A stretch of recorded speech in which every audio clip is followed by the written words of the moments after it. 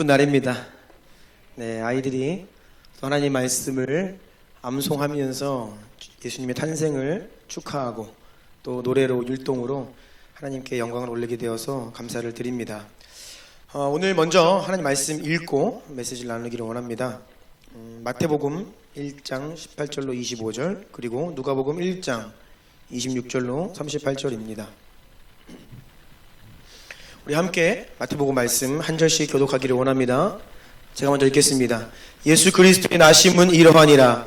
그의 어머니 마리아가 요셉과 약혼하고 동거하기 전에 성령으로 잉태된 것이 나타났더니 그의 남편 요셉은 의로운 사람이라 그를 드러내지 아니하고 가만히 끊고자 하여 이 일을 생각할 때에 주의 사자가 현몽하여 이르되 다윗의 자손 요셉아 내 아내 마리아 데려오기를 무서워하지 말라.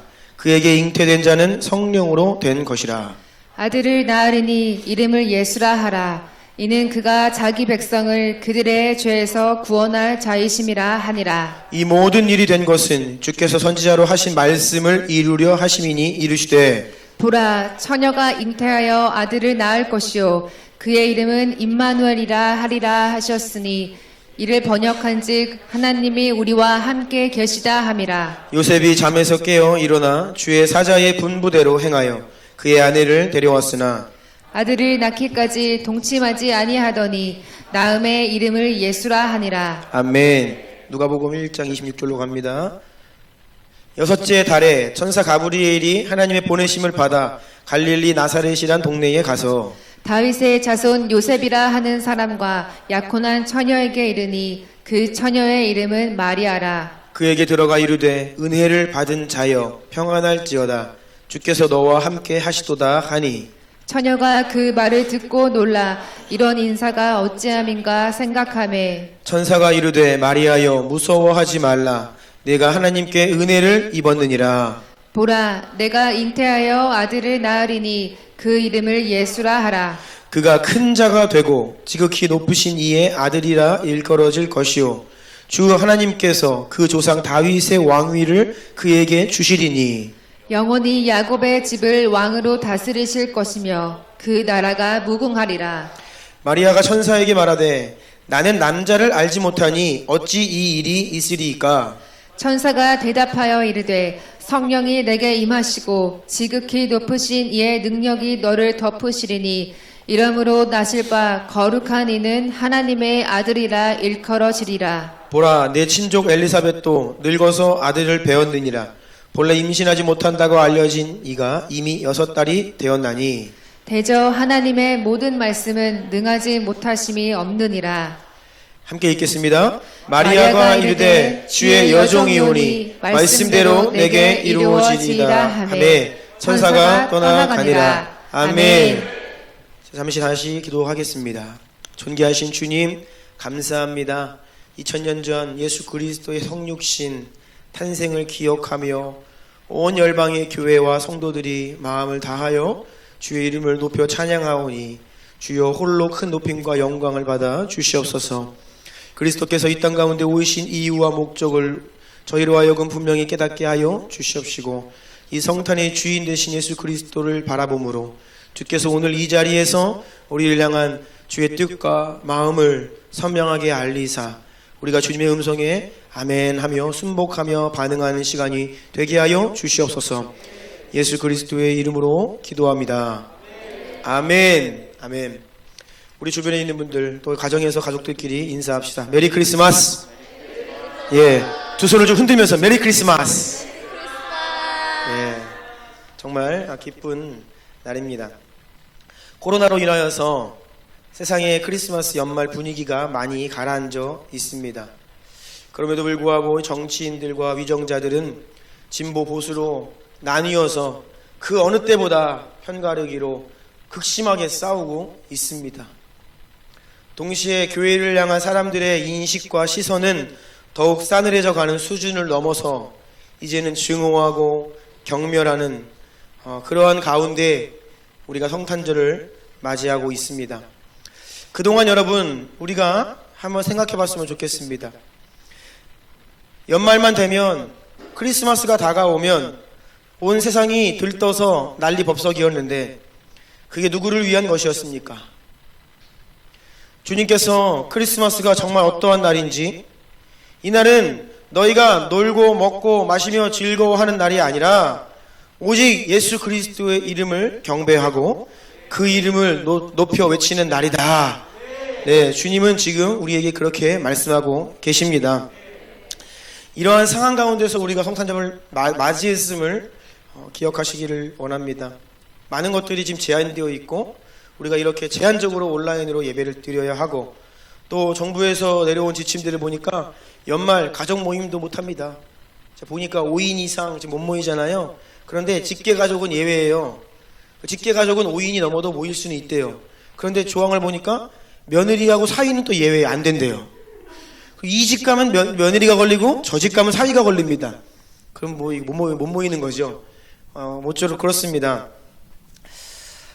하지만 제가 오늘 이른 아침에 교회에 왔는데 이상하게 교회에 뭐가 붙어있고 막 선물들이 있는 거예요. 그래서 뭔가 봤더니 아침에 제가 카톡방에 쉐어했지만 제가 한번 읽어드릴게요. 교회에 현관에 이러한 편지가 붙어 있었습니다. 메리 크리스마스. 하나님이 세상을 이처럼 사랑하사 독생자를 주셨으니 이는 저를 믿는 자마다 멸망하지 않고 영생을 얻게 하려 하심이라. 나를 찾아오신 예수 그리스도께 감사와 영광과 찬양을 올려드립니다. 아기 예수님이 태어나신 축복된 날, 목사님과 성도들에게 이 기쁨을 함께 나누고 싶어 예수님 생일 케이크와 떡을 준비했습니다. 코로나19로 어려운 시기를 지나고 있지만 그럼에도 선한 목자 되신 하나님의 계획표는 멈추지 않습니다. 이 교회를 향하신 하나님의 비전은 반드시 이루어질 것입니다. 아무쪼록 목사님 가정과 성도님들 모두 건강하시고 기쁘고 복된 성탄 되시기를 축복합니다. 사랑하고 응원합니다. 할렐루야. 어느 작은 교회에서.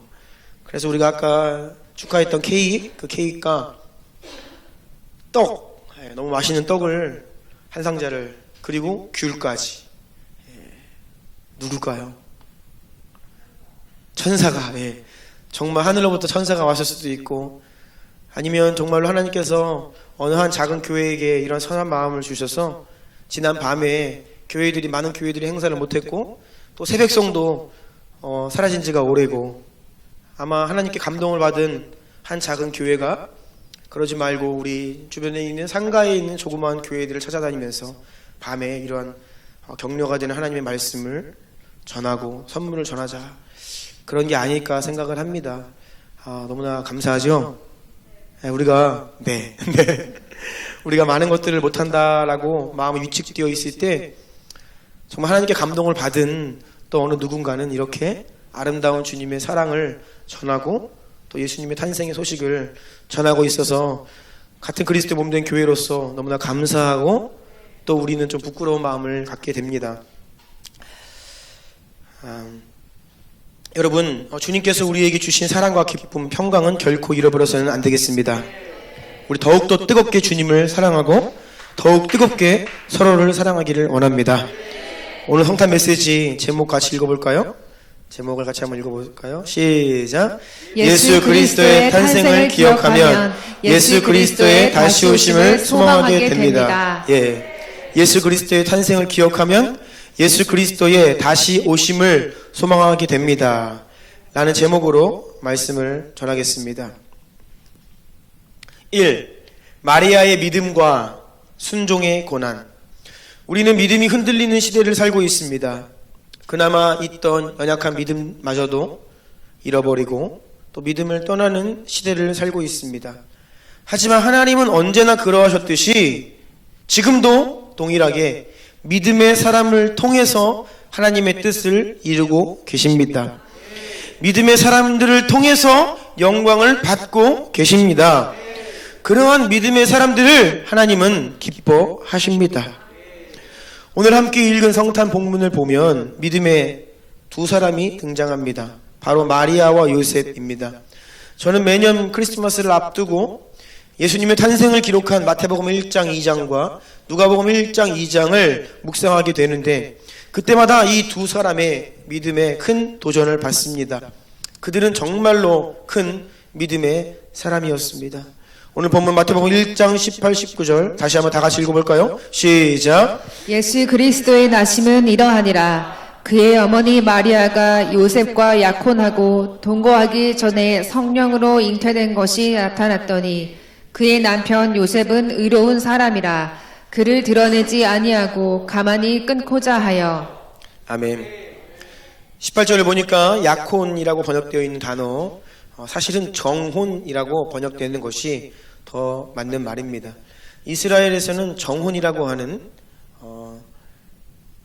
결혼으로 가는 이미 결혼이 시작되었지만 또 혼인잔치로 가는 하나의 과정이 있습니다.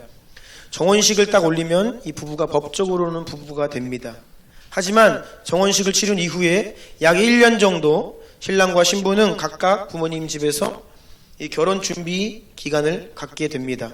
신부는 어머니께 이 신부 수업을 받고, 특별히 그 1년 동안 자신의 부정했던 모든 과거가 있었다고 하면 그것들을 정리해야 하고, 자신의 몸과 마음을 정결하게 단장하며 혼인잔치를 준비해야 합니다. 신랑은 아버지의 지도에 따라 직접 신혼집을 짓게 됩니다.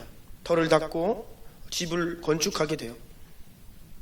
이렇게 신랑과 신부의 준비가 완성되면 비로소 신랑은 친구들과 함께 신부를 데리러 신부의 동네로 출발을 합니다. 그때 신부의 친구들은 마을 어귀로 미리 마중을 나와 신랑과 신랑의 친구들을 기다려요. 그리고 신랑이 도착하면 신랑을 이끌어서 신부의 집으로 안내를 하고, 그때부터 신부의 집에서 일주일 동안의 혼인잔치가 벌어집니다. 그렇게 혼인잔치를 끝마치게 되면 그제서야 신랑은 신부를 자신이 준비했던 집으로 맞아들여서 이들이 함께 살게 되는 것입니다. 그래서 오늘 본문에 마리아가 요셉과 약혼하고 동거하기 전이다 라고 하는 말은 정혼식을 했습니다. 법적으로는 부부가 되었지요.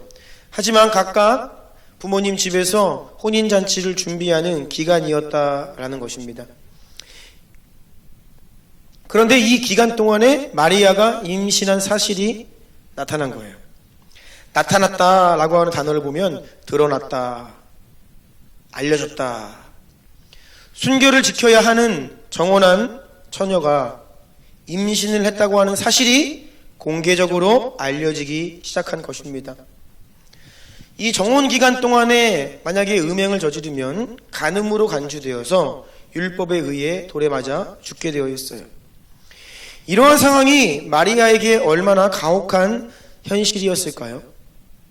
남자를 알지 못하는 여인이 임신하여 배가 불러오는 것도 감당하지 못할 일이었지만, 이제는 아름다운 과정을 꿈꾸던 그 꿈도 산산조각이 나버리고 음란한 여인으로 낙인이 찍혀 돌에 맞아 죽을 수 있는 그러한 상황을 맞이하게 된 것입니다. 당시의 결혼 평균 나이를 감안하면 팔레스타인의 그 평균 나이가 여성들이 10대 중후반이면 결혼을 합니다. 그래서 마리아도 아마 10대 중반, 빠르면 더 일찍일 수도 있고요. 모쪼록 이 10대 소녀가 감당하기에는 너무나 가혹한 현실이었습니다. 10개월의 임신 기간을 지나 출산할 때의 상황은 더욱더 처절했지요. 누가복음 2장 7절입니다. 읽어주세요. 첫 아들을 낳아 강보로 싸서 구유에 뉘었으니 이는 여관에 있을 곳이 없음이러라. 아멘. 여관이라고 하는 단어를 원문을 보면 그 앞에 정관사가 있습니다. 더가 붙어 있어요. 바로 그 여관이다 라고 합니다. 한적한 시골 마을이었던 베들레헴이 유명한 관광지가 아닙니다. 그 옛날 그 시골에 여관이 여기저기 있는 게 아니에요. 그 마을에 딱 한 군데 여관이 있습니다. 바로 그 여관이에요. 그런데 같은 기간에 호적을 하기 위해서 수많은 사람들이 베들레헴에 몰려왔습니다. 그래서 사람들이 한정되어 있는 그 여관에서 머물기 위해서는 웃돈을 얹어줘야 됐어요. 경제적으로 여유가 있는 사람들이 이미 여관방을 다 차지하고 있었고, 마리아와 요셉은 매우 가난했는데 숙소를 얻지 못했지요. 그런데 그 상황에서 마리아에게 진통이 오기 시작한 것입니다. 그래서 요셉은 어디에서 이 아이를 낳아야 하나 이리저리 찾아 헤맸지만 묵을 곳을 찾지 못해서 결국 어디로 내몰렸습니까? 더럽고 냄새가 나는 가축의 우리까지 떠밀려서 다급하게 출산을 하게 된 것입니다. 말 구유의 어린 아기 예수님이 지금 말의 밥그릇 위에 있는 겁니다. 이것을 바라보는 마리아의 심정이 어떠했을까요? 우리 조막 선교사님은 엊그저께 둘째를 탄생을 봐왔기 때문에 좀 더 실감 날 것 같아요. 깨끗하고 쾌적한 병원이 아니라 더럽고 냄새나는 정말로 긴급 상황이었겠죠. 인간적으로 보자면 이러한 상황에서 우리는 이렇게 반응할 수 있습니다. 처녀의 몸에 아이를 가진 것도 억울한데 동네에서는 음란한 여인이라고 손가락질하고 있고 이제 아이를 낳으려고 하니까 돈도 없어서 이렇게 절망적인 환경에서 아이를 낳아야 합니까? 내가 낳고 싶다고 했습니까? 하나님의 아들이라면서요? 그런데 왜 이렇게 하시는 거예요? 온갖 말들이 아마 올라왔을 겁니다. 하지만 하나님은 인간의 이해와 이 땅의 논리가 아닌 믿음을 요구하셨습니다. 누가복음 1장 38절 다 같이 읽겠습니다. 시작. 마리아가 이르되 주의 여종이오니 말씀대로 내게 이루어지이다 하매 천사가 떠나가니라. 아멘. 마리아는 순전한 믿음의 여인이었습니다. 하나님은 순전한 믿음의 여인을 택하셨고 그 믿음의 여인의 몸을 통로로 삼으셔서 그 여인의 인생을 통해 이 땅에 오신 겁니다. 믿음의 사람 마리아, 그가 감당해야 했던 고난, 그럼에도 불구하고 온전한 믿음의 순종이 있었기 때문에 예수 그리스도께서 이 땅에 태어나셨습니다. 큰 입원입니다. 요셉의 믿음과 순종의 고난. 마태복음 1장 18, 19절 다 같이 읽겠습니다. 시작. 예수 그리스도의 나심은 이러하니라. 그의 어머니 마리아가 요셉과 약혼하고 동거하기 전에 성령으로 잉태된 것이 나타났더니 그의 남편 요셉은 의로운 사람이라. 그를 드러내지 아니하고 가만히 끊고자 하여. 아멘. 요셉은 의로운 사람이었다라고 성경이 명확하게 말하고 있습니다. 요셉 또한 하나님 앞에서 순전한 믿음의 사람이었습니다. 그래서 그는 정혼한 아내 마리아의 임신 소식을 들었을 때 이 문제를 공개 재판에 넘겨서 처리하기를 원하지 않았고 조용히 이혼 절차를 밟아 마리아의 생명을 보존해 주려고 했습니다. 여러분, 그런데 만약 요셉이 믿음의 사람이 아니라 그냥 평범한 자연인이었다라고 하면 정혼한 아내의 외도의 소식을 들었을 때 지극히 자연스러운 육신의 반응을 했겠죠. 즉, 나와 정혼을 하고 사랑하는 이미 아내가 되었지만 아직은 혼인잔치를 벌이지 않았습니다. 열심히 그 신혼생활을 꿈꾸면서 집을 짓고 있는데 아내가 외도했다라고 하는 소식이 들려오는 거예요. 그러면 사랑하는 사람으로부터 받은 상처와 배신감, 절망감, 이러한 내면의 부정적인 감정들, 분노가 올라와서 주체하지 못했을 겁니다. 아마 법대로 일을 처리하고 복수하려 했을 것입니다. 그런데 만약 이렇게 요셉이 육신대로 반응했다라고 하면 예수님은 이 땅에 태어나지 못하셨습니다. 그래서 어떤 신학자는 이러한 말을 했습니다. 재치 있는 말인데요. 천주교가 마리아를 숭배하는데 물론 그 마리아 숭배는 잘못된 것이다 전제를 하면서 하는 말이에요. 그런데 기왕 만약에 마리아를 숭배하려면 요셉도 같이 숭배해라. 왜? 요셉의 신앙 역시 마리아 못지않다. 그런 말을 하더라고요. 요셉이 육신의 감정을 부인하고 사랑을 따라 행하기로 마음먹었던 바로 그 순간, 그 자리에서 아직까지 성령으로 잉태된 것을 알지 못하던 때예요. 그냥 요셉은 아내 마리아가 어떤 다른 남자와 바람이 나서 임신을 했다라고 생각하고 있을 때였지만 그럼에도 불구하고 육신을 부인하고 사랑을 따라 행하기로 마음을 먹었던 그 시간 주의 사자의 방문을 받습니다. 마태복음 1장 20절 읽어주세요. 이 일을 생각할 때에 주의 사자가 현몽하여 이르되 다윗의 자손 요셉아 내 아내 마리아 데려오기를 무서워하지 말라. 그에게 잉태된 자는 성령으로 된 것이라. 아멘. 계속 띄워주세요. 여기에서 이 일을 생각할 때에 그리고 주의 사자가 현몽한 이 사이에 생략되어 있는 단어가 있습니다. 원문에는 보라, behold, 원래는 그 단어가 생략되어 있는데 번역을 하면서 빠졌습니다. 이것은 바로 요셉이 사랑을 따라 행하기로 작정을 하고 그 일을 생각하고 있을 그때에 보라, 주의 사자가 현몽하여 이르되, 이렇게 그 순간을 강조하고 있는 말입니다. 당시 배경을 보면 구약의 마지막 선지자 말라기 이후에 400년 이상 암흑의 때였습니다. 계시가 없고 하나님의 음성이 들려지지 않던 칠흑과다 같은 암흑의 때였어요. 그런데 새로운 메시아의 시대가 도래하기에 앞서서 하나님께서는 다시금 일하기 시작하시는데 주의 천사들을 믿음의 사람들에게 파송하시고 성령께서 그들 가운데 역사하기 시작하신 거예요. 그런데 여러분, 하나님께서 아무에게나 천사를 보내지 않으셨습니다. 그냥 이 사람 저 사람에게 말씀하신 것이 아니에요. 마리아에게 가브리엘이 찾아왔지요. 요셉에게 현몽하십니다. 그리고 누가복음 1장 2장 보면 세례 요한의 부모님 엘리사벳과 사가랴에게 나타나십니다. 그리고 누가복음 2장을 보면 시므온과 안나, 이러한 사람들에게 주의 천사가 파송되고 성령의 음성이 들려지는데 그들은 모두가 믿음의 사람이었다라는 것입니다. 주님 앞에서 매우 의로운 자들이었다. 이것은 신학적으로 죄가 없다 그 말이 아닙니다. 다 죄인이죠. 하지만 주 앞에서 하나님의 말씀을 쫓아 하나님께 순종하며 살겠다 결단하고 주를 따르는 경건한 믿음의 사람들이었다는 것이에요. 누가복음 1장 5절 6절 읽어주세요. 유대왕 헤롯 때에 아비야 반열에 제사장 한 사람이 있었으니 이름은 사가랴요. 그의 아내는 아론의 자손이니 이름은 엘리사벳이라. 이 두 사람이 하나님 앞에 의인이니 주의 모든 계명과 규례대로 흠이 없이 행하더라. 아멘. 이어진 누가복음 2장 25절도 읽어주세요. 예루살렘에 시므온이라 하는 사람이 있으니 이 사람은 의롭고 경건하여 이스라엘의 위로를 기다리는 자라. 성령이 그 위에 계시더라. 아멘. 이어지는 말씀 읽어주세요. 또 아셀지파 바누엘의 딸 안나라 하는 선지자가 있어 나이가 매우 많았더라. 그가 결혼한 후 7해 동안 남편과 함께 살다가 과부가 되고 84세가 되었더라. 이 사람이 성전을 떠나지 아니하고 주야로 금식하며 기도함으로 섬기더니. 아멘.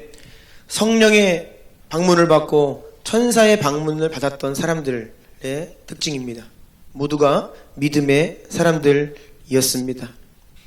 이러한 믿음의 사람들이 영적으로는 심히 어둡던 때였지만 천사들의 방문을 받았고 성령의 음성을 들으며 예수 그리스도의 탄생을 맞이했고 하나님의 말씀에 순종하며 주께 쓰임받았던 사람들이에요. 오늘 본문 마태복음 1장 24, 25절 다 같이 읽겠습니다. 시작. 요셉이 잠에서 깨어 일어나 주의 사자의 분부대로 행하여 그의 아내를 데려왔으나 아들을 낳기까지 동침하지 아니하더니 나음의 이름을 예수라 하니라. 아멘. 예수님께서 이 땅에 태어나실 수 있었던 이유는 바로 주의 사자의 분부대로 순종한 요셉의 믿음이 있었기 때문입니다. 그리고 여러분, 마리아가 주님께 순종하며 주의 여종이오니 주의 뜻대로 하시옵소서, 그 고백은 그냥 믿음의 고백으로 그친 것이 아니라 큰 고난을 감당해야 했듯이 요셉 또한 이 믿음의 고백을 하며 주님을 따를 때에 많은 순종의 대가를 치루어야 했습니다. 예수님의 이제 아버지 역할을 해야 했고 마리아의 남편 역할을 해야 되는데 문제는 이 가정이 너무나 가난했어요. 여러분, 경제적으로 압박을 당하고 힘들다는 것은 정말로 우리가 지금 현대사회를 살아가는 우리에게도 쉽지 않은 문제입니다. 그런데 헤롯 왕의 살해 위협 앞에 이제 갓 태어난 아이와 마리아를 데리고 이집트로 피신을 가야 되는데, 여러분, 당시에 그 옛날에 가난한 가정이 언어와 문화가 전혀 다른 외국에 이주해서 정착해 살아간다는 것은 우리가 상상할 수 없는 고난이었습니다. 특별히 경제적으로 큰 어려움이 있었을 것입니다. 하지만 믿음의 사람 요셉은 계속해서 오직 주의 사자의 뜻을 붙들고 순종하며 따르는 믿음의 선택을 했습니다. 그래서 마태복음 말씀들을 잘 보면요, 이 모든 요셉의 순종을 통해 구약에 예언되어 있던 그리스도를 향한 예언들이 하나하나 다 이루어져 감을 볼 수 있습니다. 주님의 뜻이 믿음에 순종하는 믿음의 사람들을 통해 성취되고 이루어진 것입니다. 아멘. 여러분, 예수님께서 이 땅에 처음 오실 때에도 구약 성경을 믿음의 사람의 순종을 통해 성취하셨듯이 지금도 동일하게 이 마지막 때에 예수님은 성경의 모든 약속과 예언을 믿음의 사람의 순종을 통해 성취하고 계십니다. 당신은 매우 어두운 때였습니다. 하지만 구별되어 주의 천사의 방문을 받고 성령의 음성을 들었던 그 몇몇 사람의 순종을 통해 예수님께서 이 땅에 오셨다는 것을 기억하시기를 축복합니다. 세상이 아무리 어둡다 하여도 힘들다 하여도 지금도 주님은 순종에 반응을 하는 믿음의 사람, 믿음의 교회를 찾고 계십니다. 그러한 교회를 통해 주님은 반드시 다시 오실 것입니다. 아멘. 마지막 큰 3번입니다. 예수 그리스도께서 이 땅에 오신 이유. 자, 그렇다면 예수님께서 이 땅에 오셨는데 왜 오셨습니까? 분명한 목적과 뜻이 있습니다. 성탄에는 분명한 목적과 뜻이 있습니다. 첫 번째, 그것은 바로 죄로부터의 구원입니다. 오늘 본문 마태복음 1장 21절 다 같이 읽겠습니다. 시작. 아들을 낳으리니 이름을 예수라 하라. 이는 그가 자기 백성을 그들의 죄에서 구원할 자이심이라 하니라. 아멘. 그가 자기 백성을 그들의 죄에서 구원할 자이심이라. 아멘. 죄의 삭은 사망입니다. 그런데 우리가 다 죄인으로 태어나 죄를 지으며 살아가지요. 우리에게 있는 이 죽음의 문제와 지옥 형벌을 해결할 수 있는 방법이 우리에게는 없는 거예요. 그래서 예수님께서는 우리가 해결할 수 없는 이 죄의 문제를 해결하시기 위해 이 땅에 오셨습니다. 친히 사람이 되셨고 죄 없으신 하나님의 아들이 우리의 죄를 대신 짊어지시고 십자가 위에 오르시기 위해서 죄로부터 우리를 구원하시기 위해 이 땅에 임하신 것입니다. 그래서 메리 크리스마스예요. 다른 이유가 아닙니다. 예수님 오시지 않으셨으면 우린 다 저주 멸망, 영원한 지옥 형벌 받으며 살 수밖에 없는 자들이었음을 우리가 기억하며 여러분 메리 크리스마스를 외쳐야 합니다. 아멘. 다른 것 때문에 기뻐할 이유가 아니라 예수 그리스도로 인해 기뻐해야 합니다. 그런데 여러분, 우리를 단지 죄로부터 구원해 주시려고, 단지 지옥에서 건져 천국 가게 하시려고 오신 게 아니에요. 이것은 첫 번째 이유인데요. 두 번째 이유가 있습니다. 두 번째는 육신으로부터의 구원을 위해 이 땅에 오셨습니다. 오늘 보면 누가복음 1장 32, 33절 읽어주세요. 그가 큰 자가 되고 지극히 높으신 이의 아들이라 일컬어질 것이요 주 하나님께서 그 조상 다윗의 왕위를 그에게 주시리니 영원히 야곱의 집을 왕으로 다스리실 것이며 그 나라가 무궁하리라. 아멘. 예수님이 다윗의 왕위를 가지시고 영원히 야곱의 집을 왕으로 다스리시기 위해 오신 것입니다. 다시요. 다윗의 왕위를 가지시고 영원히 야곱의 집을 왕으로 다스리시기 위해 오셨습니다. 여러분, 왕으로 오신 거예요. 자, 왕이 왜 필요합니까? 왕이 필요한 이유가 뭐예요? 백성들이 있기 때문입니다. 다스림 받고 통치 받아야 할 백성들이 있기 때문에 왕이 필요한 거예요. 왕이 없으면 이 백성들이 살 수가 없다는 것이죠. 그래서 예수님께서 이 땅에 오신 이유는 이제 하나님 나라의 백성들을 다스리시고 통치하시기 위해 이 땅에 오신 것입니다. 저와 여러분이 바로 하나님 나라의 백성이에요. 예수님은 왕으로 우리를 다스리시기 위해 오신 겁니다. 아멘? 지금 우리나라가 이 법 가지고 지금 싸우고 있잖아요. 그렇죠?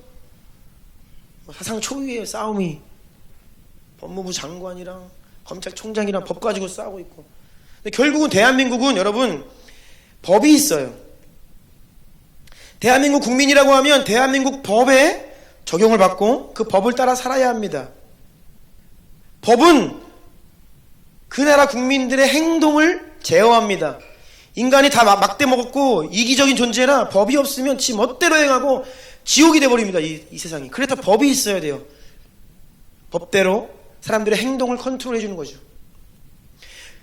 하나님 나라 마찬가지입니다. 하나님 나라에 법이 있습니다. 그 나라에는 왕이 계시고 왕 예수 그리스도, 그리고 그 나라에는 법이 있습니다. 그 법을 따라 우리 백성이 살아야 합니다. 아멘. 그런데 이 땅 위의 법은 행동만 통치합니다. 법을 안 지키면 처벌을 하죠. 그런데 하나님 나라의 법은 우리의 행동만 통치하는 게 아닙니다. 뭐예요? 우리의 마음을 통치하십니다. 마음의 법이에요. 이것은 행동을 초월하여 마음의 법입니다. 그래서 예수님께서 이 땅에 오셔서 율법을 재해석하실 때 언제나 눈에 보이는 결과와 행동만 말씀하시는 것이 아니라 너희의 마음까지도, 너희의 숨은 동기까지도 이제는 말씀하고 계시는 것이죠. 이것이 바로 예수님이 왕으로 오셨다라는 뜻이에요. 그 나라에는 법이 있고 그 법이 우리의 마음에 적용되고 이제는 그 법이 우리의 마음을 통치해야 하는 것입니다. 이것을 위해 예수님 오신 거예요. 이게 바로 육신으로부터 우리를 구원하기 위해 오셨다. 뭐예요? 우리는 본래 육신의 본성을 따라 살고 싶어하고 살 수밖에 없는 존재입니다. 그런데 이제는 그렇게 살지 말라는 거예요. 겉으로 드러나는 행동뿐이 아니라 이제는 마음의 법이, 예수의 왕되심이 우리의 마음을 다스려 우리의 전인격이 예수 그리스도 왕께 복종하고 다스림 받고 살아가도록 예수님 이 땅 가운데 오신 것입니다. 아멘. 그래서 여러분 이제는 우리는 육체의 노예가 아닙니다. 육신의 본성의 노예가 아닙니다. 따라하세요. 그리스도의 종. 그리스도의 종. 네, 우리의 왕 되신 예수님께 순종하며 따라야 하는 저와 여러분, 바로 우리가 된 것이에요. 그런데 예수님이 이 땅에 이미 2000년 전에 임하셨고 이미 우리가 그분을 왕으로 삼고 우리의 마음을 다스리며 살 수 있는 모든 일들을 다 이루어 놓으셨는데도 불구하고 여전히 주의 백성들 가운데 죄는 용서받고 구원받았는지는 모르지만 여전히 자기가 왕 노릇하는 인생들이 많다는 거예요. 내 생각대로, 내 감정대로, 내 논리대로 살아가는 것은 예수님이 이 땅에 오신 이유를 모르고 살아가고 있는 모습입니다. 여러분, 왕 되신 주님께 여러분의 생각과 감정과 전인격을 굴복하십시오. 그러한 자가 하나님 나라의 백성입니다. 아멘. 세 번째 이유입니다. 사탄의 권세로부터 우리를 구원하시기 위해 오셨습니다. 누가복음 1장 33절 다 같이 읽겠습니다. 시작. 영원히 야곱의 집을 왕으로 다스리실 것이며 그 나라가 무궁하리라. 아멘. 영원히 그 나라가 무궁하리라 말씀하시는데, 여러분, 하나님의 나라에 적국이 있습니다. 하나님의 나라와 싸우는 반대 국가가 있어요. 사탄의 나라입니다. 그 사탄의 왕국이, 사탄의 나라가 멸망해야, 사탄이 왕으로 다스리고 있는 그 나라가 멸망해야 하나님의 나라가 영원할 것입니다. 그래서 주님은 사탄의 권세를 짓밟으시고 사탄의 나라를 멸하심으로 하나님의 나라가 영원하도록, 아멘, 이 일을 위해 이 땅에 오신 것입니다. 그래서 예수 그리스도를 왕으로 모시고 살아가는 교회 가운데, 여러분의 인생과 가정 가운데 사탄의 나라가 완전 박살나야 합니다. 주님께 오신 이유 세 가지를 말씀드렸죠. 첫 번째 뭐요? 죄로부터의 구원. 두 번째는 육신으로부터의 구원. 세 번째는 사탄의 권세로부터의 구원. 이 세 가지를 이루기 위해 임하신 것입니다. 이 세 가지는 주님 오시는 날에 이루어지는 게 아니라 지금 바로 여러분의 심령과 인생과 가정 안에, 교회 안에 실제가 되었음을 선포합니다. 지금은 예수님을 인정하는 그 인생, 예수님을 머리 삼은 교회 가운데 이것이 실제가 되었지만 장차 예수님 다시 한번 이 땅에 오시는데 그때는 이것이 온 우주적으로 완전한 실제가 되는 거예요. 초림 때 이루신 그 일을 이제는 완전히 완성하시려고 예수님은 다시 오실 것입니다. 그 일을 위해 지금도 믿음의 사람들을 찾고 계세요. 저와 여러분이 마리아와 요셉이 되어야 합니다. 우리가 시몬과 안나가 되어야 하고, 우리가 사가랴와 엘리사벳이 되어서 천사의 방문을 받고 성령의 음성을 듣고 믿음으로 순종하고 순복하고 그에 따라오는 고난을 묵묵히 감당할 때에 예수님이 이 땅에 다시 오실 수 있는 것입니다. 예배팀 나와주세요.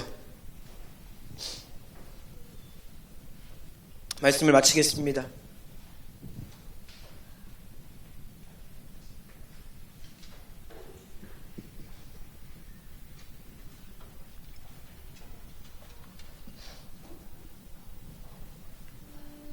우리가 자연인처럼 살면 주의 뜻이 이루어질 수 없습니다. 우리가 그저 평범한 사람들처럼 살면 주의 뜻이 이루어질 수 없습니다. 우리는 믿음의 사람으로 살아야 합니다. 믿음의 사람이란 예수 십자가 대속의 은혜를 분명히 믿음으로 고백할 뿐 아니라 더 나아가 예수 왕으로 여러분 심령 가운데 초청하시오. 여러분 안에 살면서 올라오는 육적인 것들, 나의 논리, 나의 생각, 여러분 마리아의 자리로 한번 들어가 보세요.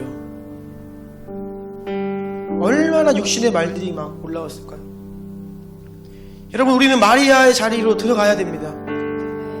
나에게 이러한 일이 일어났다라고 한번 생각해 보세요. 요셉이 되어 보세요. 하나님 부당하신 분 아니시지만 부당하게 느껴지지 않으십니까? 그것이 바로 여러분 육신입니다. 우리가 이 땅에서 교회를 이제 섬기고 세우고 주님의 오실 길을 예비하기 위해 우리가 사랑을 따라 나아가야 되는데 수많은 일들을 만나게 됩니다. 그때 우리가 육신으로 반응하고 여전히 내가 살아 역사하면 하나님의 뜻이 지연되고 이루어질 수 없는 거예요. 우리가 주기도문으로 기도하듯이 아버지의 뜻이 하늘에서 이루어진 것처럼 이 땅 가운데 이루어지게 하옵소서. 그런데 그 기도가 성취되려면 믿음의 사람이, 순종의 사람이 있어야 합니다. 어떤 순종입니까? 말씀에 대한 순종입니다. 성령의 감동에 대한 순종이에요. 그래서 여러분, 무엇에 순종하시겠습니까?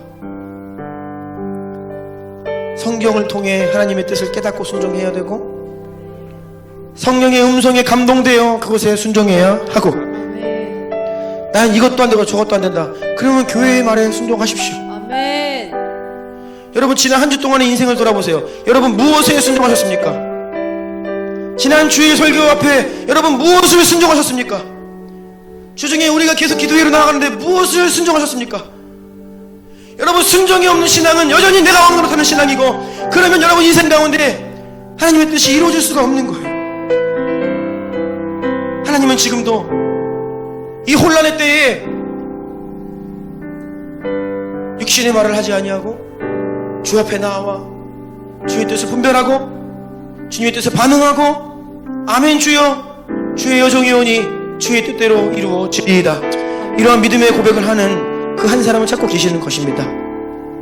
여러분, 예수님 다시 오심을 믿으십니까? 아멘. 믿으십니까? 아멘. 그것을 믿으신다면 여러분 순종의 믿음을 드리십시오. 아멘. 그리고 그 믿음의 순종의 길을 갈 때에 여러분에게 찾아오는 고난을 육신의 마음이 아니라 인간적인 마음이 아니라 믿음으로 그것을 감당해 내십시오. 아멘. 받아내십시오. 아멘. 그러면 하나님 반드시 우리 가운데 생명으로 역사하실 것입니다. 아멘. 아멘. 우리 한번 기도하겠습니다.